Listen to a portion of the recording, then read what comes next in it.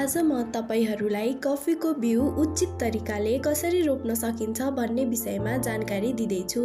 बिउ रोप्नुभन्दा एक रात अगाडि 1 केजी बिउ 5 लिटर मनतातो पानीमा भिजाउनु पर्छ। यसो गर्दा बिउ छिटो उम्रिन्छ। अब तयार भएको बिउ ब्याडमा 5 सेन्टिमिटरको फरकमा 1 देखि 1.5 सेन्टिमिटर गहिरो सिधा रेखाहरू बनाउनु पर्छ। बिउलाई गोप्टो पारेर यी रेखाहरूमा बिस्तारै रोप्नु पर्छ।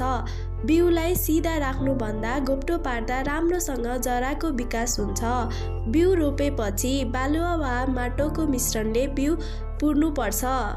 बिउ रोप्नुभन्दा अगाडि औजारीको सहायताले ब्याड हल्का भिज्ने गरी पानी हाल्नुपर्छ। अब यो ब्याडलाई निर्मलीकरण गरिएको खर पराल वा जुटको बोराको छाप्रो राखेर छोप्नुपर्छ।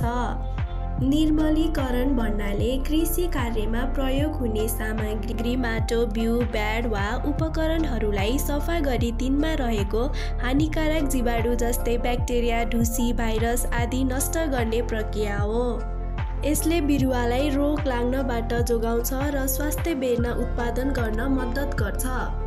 तपाईको ठाउँमा धमिरो लाग्ने समस्या छ भने तितेपातीको हरियो छाप्रो प्रयोग गर्न सक्नुहुनेछ।